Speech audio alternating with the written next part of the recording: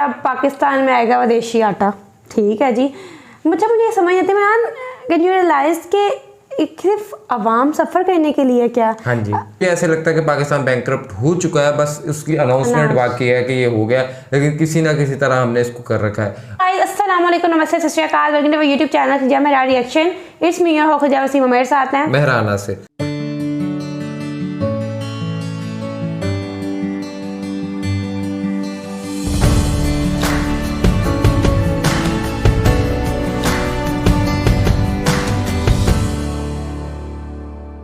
ले जी, इंडिया और रशिया की दोस्ती तो बड़ी मशहूर है, लेकिन अभी रशिया ने पाकिस्तान को भूख से बचाने के लिए जो है ना ये कह दिया जी कि हम ना तकरीबन 4,50,000 टन जो है वो गंदम वो आपको दे देंगे, वो आपको गेहूं फराहम करने वाले हैं। और हालांकि पाकिस्तान ने रशिया के साथ जो है उस हवाले से कोई ताल्लुकात में इतनी अच्छी चीज़ नहीं की, और उन्होंने इसके अपोनेंट जो चीज़ थी वो करना शुरू कर दी, और रशिया ने उसको बड़ा ये भी पता चला कि न्यूक्लियर वेपन्स की डील जो है वो यूक्रेन के पास जा रही है, तो रशिया ने इस पर काफ़ी ज़्यादा अग्रेसिव स्टांस भी रखा। लेकिन अभी ऐसा क्या है कि रशिया ने जो है इतनी बड़ी अमाउंट में जो है वो व्हीट पाकिस्तान को देने का कह दिया। तो एक वीडियो है, वीडियो को देखते हैं, उसका लिंक आपको डिस्क्रिप्शन में मिल जाएगा। लेकिन साथ साथ अगर आपने हमारा चैनल सब्सक्राइब नहीं किया बस सब्सक्राइब और चैनल और बेल आइकन तो आइए चलते हैं, देखते हैं। नमस्कार and I welcome you all to world affairs. मैं हूं प्रशांत धवन। नाउ पाकिस्तान और रशिया के बीच में जो बातचीत चल रही थी, इसके बीच में एक बड़ा ब्रेक थ्रू हुआ है। रशिया ने एग्री कर लिया है फाइनली, और पाकिस्तान ने भी अपनी साइड से अप्रूव कर दिया है। रशिया भेजेगा पाकिस्तान को 4,50,000 टन वीट। ये वीट पाकिस्तान को भेजा जाएगा फरवरी मार्च के टाइम में गवर्नमेंट टू गवर्नमेंट लेवल की हुई। और यहाँ पे आप देख पाओगे Pakistan to get Russian wheat. और ये देखिए पाकिस्तान के लिए बहुत ही इंपॉर्टेंट है, क्योंकि हाल ही में जो बाढ़ आई है उसकी वजह से पाकिस्तान का बताया जा रहा था करीब 70 to 80% जो क्रॉप्स थी ये डिस्ट्रॉय हो गई थी। एक बार को ये सारा देश हंगर की तरफ जा सकता था, मगर तभी इनको $4 बिलियन तो मिले डोनेशन में। और इस पैसे का ये लोग करेंगे क्या? रशिया से परचेज करेंगे मिलियंस ऑफ डॉलर्स का वीट। इसके अलावा देखिए पाकिस्तान के मिनिस्टर ने यह भी क्लेम किया है कि रशिया मान गया है कि पाकिस्तान को ये लोग डिस्काउंटेड रेट पर ऑयल बेचेंगे। ना इसके बारे में मैं पहले वीडियो बना चुका हूं, जहां पर पाकिस्तान के मिनिस्टर ने कहा था कि रशिया 30 से लेकर 40% डिस्काउंट में अभी ऑयल नहीं बेच रहा पाकिस्तान को। और इस केस में भी आप अगर देखोगे ना, तो पाकिस्तान के मिनिस्टर क्लेम तो कर रहे हैं कि डिस्काउंटेड रेट पर इनको ऑयल मिलेगा, मगर वो डिस्काउंट कितना होगा, 5%, 10%, इसके बारे में कुछ जानकारी दी नहीं है। और सबसे अजीब बात यहाँ पर यह भी है कि पाकिस्तान ने यह भी ऐड कर दिया कि जी रशिया से इनको कच्चा तेल तो आएगा, मगर साथ ही साथ पेट्रोल और डीजल भी आएगा। अब जो ये कच्चा तेल है इससे ही बनता है पेट्रोल डीजल, तो पहले आप कच्चा तेल क्यों लोगे, फिर साथ में पेट्रोल डीजल भी क्यों लोगे?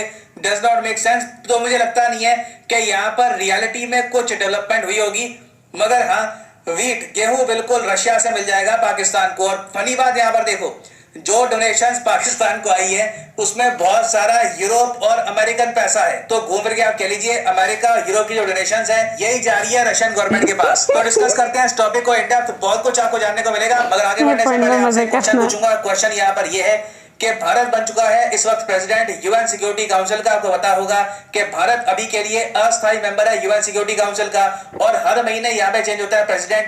तो आपको बताना है कि किस महीने के लिए, किस मंथ के लिए इंडिया बना दिया गया है president of UN security council. ये है यहाँ पे आपकी ऑप्शन, दिसंबर, फरवरी, जनवरी या फिर नवंबर। कमेंट सेक्शन में करिए उत्तर। सही आंसर मैं आपको दूंगा वीडियो के अंत में ना। वैसे अगर हम बात करें परसेंटेज के हिसाब से एग्रीकल्चरल लैंड की, कि कितना परसेंटेज लैंड अवेलेबल है एग्रीकल्चर यूज के लिए, तो वहां पे आप देखोगे पाकिस्तान का बहुत बुरा स्थान नहीं है। 47% इनका लैंड अवेलेबल है एग्रीकल्चर के लिए, यूएसए से भी ज्यादा। हालांकि यूएसए इंडिया साइज में बड़े हैं, तो ओवरऑल हमारा एरेबल लैंड या फिर आप कह लीजिए एग्रीकल्चर वाला जो लैंड है ये जरा बड़ा होता है। तो 47% लैंड के साथ पाकिस्तान को आराम से आज के समय इतना काबिल होना चाहिए था कि किसी भी कंट्री पर डिपेंड करना ना पड़े अनाज के लिए, चावल के लिए। सवाल में जवाब है। पाकिस्तान में देखो एक चीज भी जो इंडिया में टाइम से हो गई थी, वो है एग्रीकल्चर रिफॉर्म्स और लैंड रिफॉर्म्स। हमारे यहाँ जमींदारी सिस्टम खत्म किया गया, किसानों को सब्सिडीज दी गई, किसानों के लिए इरिगेशन सिस्टम, बहुत कुछ किया हमने ओवर द इयर्स, जिससे इंडिया में आज के समय हम लोग प्राउडली कह सकते हैं कि किसी भी कंट्री पर हम डिपेंड नहीं करते अनाज के लिए। उल्टा इंडिया काफी बार अनाज एक्सपोर्ट करता है दुनिया भर के बाकी कई कंट्रीज को। तो पाकिस्तान में हमेशा से आप कह लीजिए इनके जो फार्मर्स है ना, काफी आप कह लीजिए अंडर एजुकेटेड रहे हैं, पावरलेस रहे हैं, कभी इनके यहाँ कहीं प्रॉपर यूनियन फॉर्म नहीं हुए। और इसलिए आपने देखा होगा कि ये बाढ़ आने से पहले भी ना पाकिस्तान में वीट की कमी रहती थी। आपको याद होगा 2020-21 में भी काफी बार पाकिस्तान ने बात उठी थी कि ये लोग हो सकता है कि गेहूं इंपोर्ट करेंगे। पहले ये लोग सोच रहे थे कि इंडिया से इंपोर्ट करेंगे, बाद में सोचा कि ब्राजील से इंपोर्ट करेंगे। मगर जब से पाकिस्तान में बाढ़ आई है, इतने बड़े स्केल पर बाढ़ आई है कि इनका थोड़ा बहुत जो एग्रीकल्चर होता रहा वो भी डिस्ट्रॉय हो चुका है। आज के समय पाकिस्तान फल सब्जियां परचेज कर रहा है अफगानिस्तान से, ईरान से, उससे थोड़ा बहुत ये काम चला रहे हैं। मगर कहीं ना कहीं पाकिस्तान को 50-60 लाख टन आराम से गेहूं चाहिए होगा, तभी जाकर ये कंट्री खुद को सस्टेन कर पाएगा। और इसलिए अब पाकिस्तान ने देखना स्टार्ट कर दिया रशिया की तरफ, क्योंकि यूक्रेन का जो गेहूं है अभी के लिए जा रहा है बस यूरोप की तरफ और अफ्रीका की तरफ। रशिया अकेला कंट्री है जो प्रॉपरली पाकिस्तान की जो गेहूं की रिक्वायरमेंट है पूरी कर सकता है। ऑफ कोर्स इंडिया भी यहाँ पर है, बट अभी भी आप कह लीजिए पाकिस्तान का एक अजीब सा एक स्टांस है इंडिया को लेकर कि दूर दराज के कंट्री से ये गेहूं परचेज कर लेंगे, मगर इंडिया से गेहूं परचेज नहीं भाई, इंडिया से दुश्मनी है हमारी। इससे नुकसान पाकिस्तान को, क्योंकि ये कम क्वालिटी का जो रशियन वीट है ये इंपोर्ट कर रहे होंगे। जी हाँ, कम क्वालिटी का। मैं आपको एक बात बताता हूँ, आप जान के हैरान होंगे। पाकिस्तान की जो इकोनॉमिक कोऑर्डिनेशन कमेटी है, इन्होंने ये डिसाइड किया कि ये लोग रशियन स्टेट फर्म, एक रशिया की एक सरकारी कंपनी है, उससे $372 पर टन के हिसाब से ये लोग परचेज करेंगे वीट। आपको पता है कि इंडिया ने हाल ही में जो वीट एक्सपोर्ट किया है इजिप्ट को, वो किस रेट पे किया था? वो हमने किया था $400 पर टन पे। इसका रीजन आपको पता है क्या है? इंटरनेशनल मार्केट में आज के समय भारत के गेहूं की क्वालिटी ज्यादा बेहतर है कंपेयर टू रशियन वीट। और वैसे भी आप कह लीजिए पाकिस्तान और इंडिया दोनों ज्योग्राफिकली काफी सेम लोकेशन पे ही है, तो उन लोगों को भी इंडिया में ज्यादा सूट करता है। मगर आप कह लीजिए इनकी इज्जत है, उसकी वजह से ये दूर दराज का जो रशियन वीट है वो इंपोर्ट करेंगे। और देखो, इवन दो पर टन यहाँ पर जो कॉस्ट है ये कम होगी, मगर मेन पाकिस्तान को झटका तब लगेगा जब इनको शिपमेंट के भी पैसे देने पड़ेंगे। रशिया से लेकर सीधा पाकिस्तान बहुत सारी शिप जाएंगी, एक लंबा रास्ता तय करना होगा। तो ये जो पूरी डील है अभी के लिए पाकिस्तान को बचा तो लेगी, मगर इस डील को रिपीट कर करके ये अपनी पूरी आबादी को खाना प्रोवाइड नहीं कर पाएंगे, क्योंकि पाकिस्तान की रिक्वायरमेंट है 50 लाख टन वीट। अभी इनको रशिया से मिलेगा 4,50,000 टन वीट। तो अभी बहुत सारा वीट इनको और परचेज करना होगा। एक बार जो ये डील हो जाएगी उसके बाद देखना होगा कि ये अगली बार वीट कहां से इंपोर्ट करेंगे। पर्सनली हम अगर मुझसे पूछे, इंडिया को ये ध्यान रखना होगा कि जो वीट हम अफगानिस्तान को प्रोवाइड करते हैं ना, वो करप्शन के जरिए, ब्लैक मार्केटिंग के जरिए घूम फिर के पाकिस्तान के पास ना पहुंच जाए। क्योंकि जिस टाइप का वीट पाकिस्तान की गवर्नमेंट परचेज कर रही है ना, इन दी एंड होगा क्या कि जो भारत की हेल्प वाला वीट है टू अफगान पीपल, उसकी डिमांड पाकिस्तान में बहुत बढ़ जाएगी आने वाले टाइम में ना। फाइनली वापस आते हैं अपने क्वेश्चन की तरफ, जो मैंने आपसे पूछा था कि यूएन सिक्योरिटी काउंसिल में भारत आज के समय एक अस्थायी मेंबर है, तो अभी इंडिया को बना दिया गया है प्रेसिडेंट किस महीने के लिए? तो सही उत्तर यहाँ पे है option A, the month of December. दिसंबर 2022 पूरे महीने में भारत रहेगा यूएन सिक्योरिटी काउंसिल का प्रेसिडेंट, और ये प्रेसिडेंसी खत्म हो जाएगी जनवरी महीने में। यहाँ पर आप देख पाओगे India assumes monthly presidency of UNSC. सही लगा, जनवरी में तो खत्म होने वाला है। क्या कहती हैं जी? यही कहूँगी आपसे, आप पाकिस्तान में आएगा विदेशी आटा, ठीक है जी। मुझे ये समझ आती है, कैन यू रियलाइज कि सिर्फ आवाम सफ़र करने के लिए क्या? हाँ जी। क्यों, मतलब क्यों, आखिर आवाम ही क्यों? आवाम महंगे दामों पे तेल खरीदे, पेट्रोल ले, महंगे दामों पे आवाम आटा खरीदे, आवाम टैक्स दे, फिर भी आवाम ही पिछले हर क्योंकि आवाम का कसूर सिर्फ इतना है कि ये आवाम इन हुक्मरानों के खिलाफ खड़ी नहीं होती।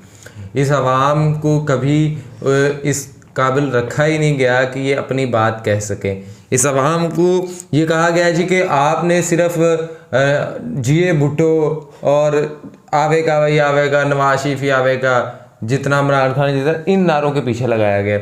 इन्हें नहीं पता कि इनके साथ क्या खिलवाड़ किया जा रहा है, इन्हें नहीं पता कि पाकिस्तान किस साइड पे जा रहा है। ये सिर्फ इसी चीज़ में है कि किसी ना किसी तरह हम जो है रोटी रो धो के हमारी पूरी हो जाए, चाहे वो जिस तरह मर्जी हो जाए, चाहे जैसे मर्जी हम रो धो के हम ज़्यादा मेहनत कर लेंगे, हम ज़्यादा कर लेंगे, लेकिन जो और उसकी बुनियाद पे जो हमारे मुल्क के साथ किया जा रहा है ये होता रहे। जो पैसा हमारे ऊपर खर्च होना चाहिए, अगर वो कोई बंदा अमीर अपनी आसाइशों के ऊपर गुजार रहा है जिससे वो अपनी अय्याशियाँ कर रहा है तो उससे इन्हें फ़र्क नहीं पड़ता। तो इनकी गलती तो ये है। और दूसरा ये कि इतने बावजूद इन सब चीज़ों के ये बार बार उसी सिस्टम में मौजूद लोगों को दोबारा से इलेक्ट कर लेते हैं, और बाज़ औक़ात ये इलेक्ट ना भी हो तो उन्हें सेलेक्ट कर लिया जाता है।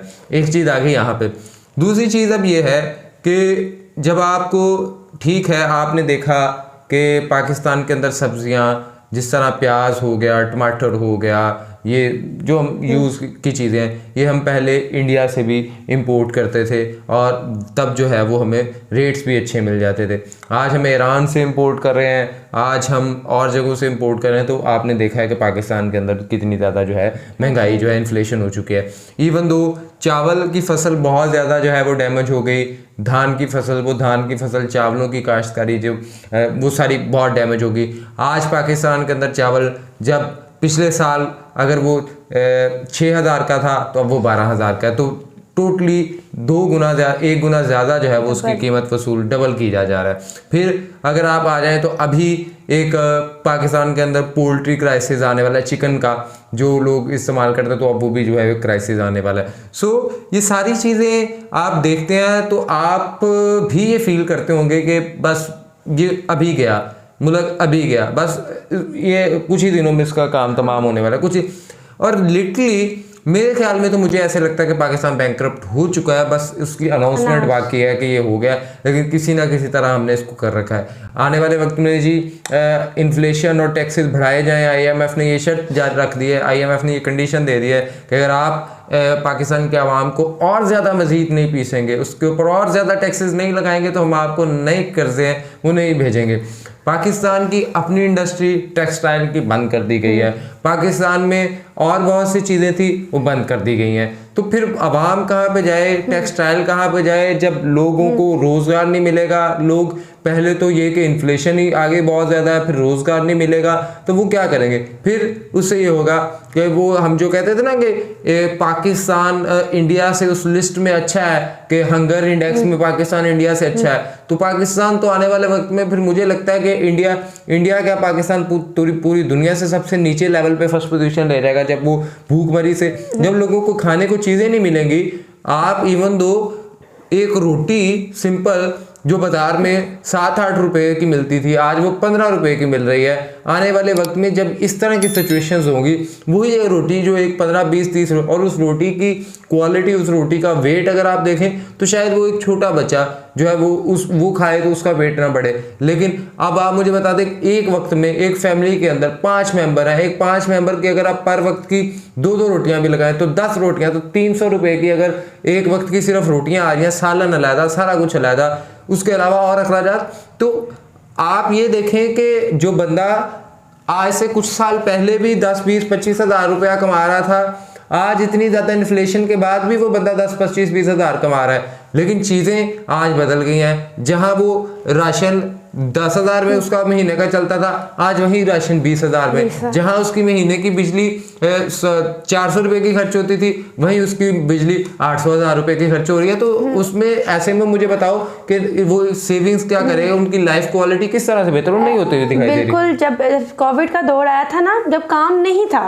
किसी के पास काम नहीं था, तो समझ आती थी कि अच्छा यार इसलिए हमें चीज़ महंगी लग रही है। पर लिटरली अब कोविड ख़त्म हो गया है, अब चीज़ें आप एक सिंपल मैं कहूँ एक जो हैंडसम जिनकी सैलरी होती है ना, अब तो उनका गुजारा करना भी मुश्किल हो रहा है जो वक्त पाकिस्तान में। और ऐसा लग रहा है ये किसी ने नहीं, इन्होंने खुद क्रिएट किया कि चीज़ बंद करके पाकिस्तान की हर चीज़ के ऊपर बैन लगा के उन्होंने चीज़ें खुद ख़त्म की, तबाह खुद करना शुरू कर दिया। बात यह है कि जब आप देखते हैं ना अमीर से अमीर तर होता जा रहा है, गरीब से गरीब तर होता जा रहा है, तो ये जो है ये दुनिया की तो चले और चीज़ें हैं, लेकिन किसी मुल्क की बिगाड़ और किसी मुल्क की बदहाली और किसी मुल्क की जो है वो ग्रोथ में जो रुकावटें होती हैं वो यही चीज़ें होती हैं। और फिर एट द एंड अगर इनको ना जल्द से जल्द बदला जाए, इन पे ना काम किया जाए, तो फिर आप समझें कि आप बर्बाद होने के बिल्कुल करीब पहुंच चुके हैं और किसी भी वक्त ये जो अनाउंसमेंट हो सकती है। आपको क्या लगता है? आपकी राय हमारे लिए बड़ी ज़्यादा जो है रिस्पेक्टेबल होगी। लाजमी कमेंट बॉक्स के अंदर शेयर करें, वीडियो को लाइक करें, चैनल को सब्सक्राइब करें, बेल आइकन प्रेस करें, सब आईडी मेंशन में फॉलो कर सेशन दें। तब तक के लिए अपने मेज़बानों को जो है दुआ में याद रखें। अल्लाह ने के